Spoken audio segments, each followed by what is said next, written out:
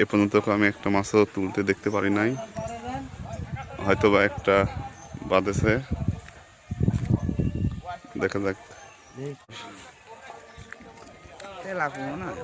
শিকারি ভাই, একটি সুন্দর হিট হবে আশা করি। এটাই প্রথম হিট হচ্ছে আমার আসার পর। ভাইজান চেষ্টা করতেছে মাছটি নেট করার জন্য। দেখা যাক নেট করতে পারে কিনা। এটা কি মাছ আসলে বোঝা যাচ্ছে এখন পর্যন্ত। মাছটি এখনো ভাসে নাই, খুব কাছে, নেট কারেও প্রস্তুত। দেখা যাক কি হয়, কিছুক্ষণের মধ্যে নেট হবে।